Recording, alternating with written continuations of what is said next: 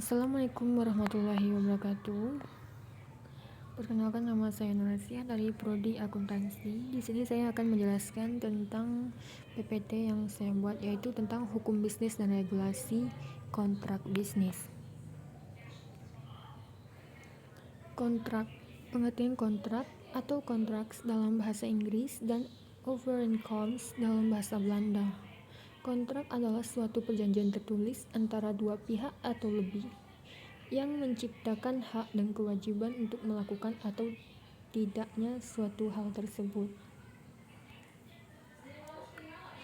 Resiko wan prestasi, di mana resiko wan prestasi ini yaitu memiliki dua bagian. Resiko yaitu adalah konsekuensi yang terjadi akibat sebuah proses yang sedang berlangsung atau yang akan mendatang, atau sama dengan disebut dengan dampak apa yang akan terjadi ke depannya.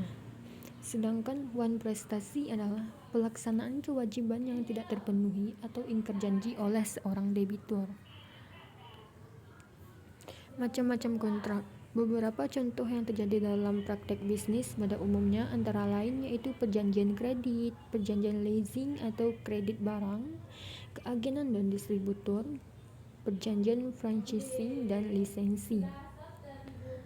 Di mana perjanjian kredit adalah perjanjian pinjam-meminjam antara bank sebagai kreditor dengan pihak lain sebagai debitor untuk melunasi utangnya setelah jangka waktu tertentu dengan pemberian bunga.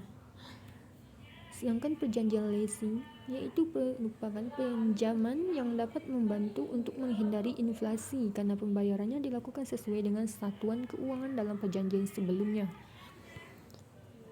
Agenan dan distributor. Agen merupakan kaki tangan dari distributor yang bertugas menyalurkan produk ke retail atau reseller.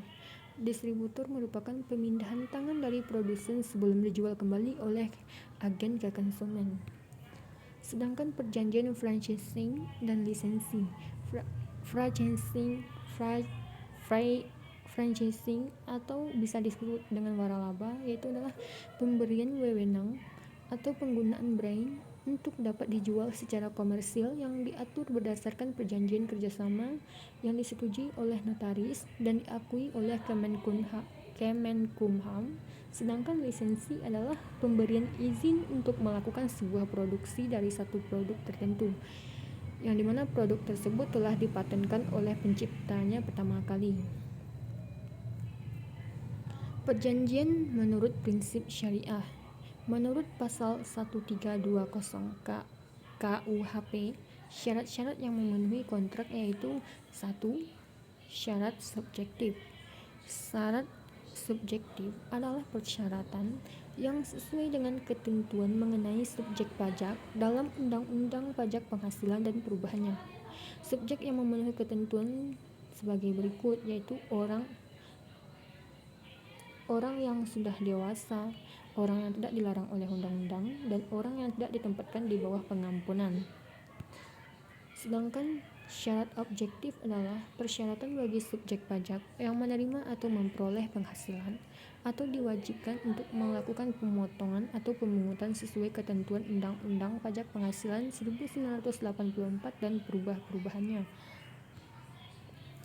Sekian dari materi yang dapat saya jelaskan. Wassalamualaikum warahmatullahi wabarakatuh.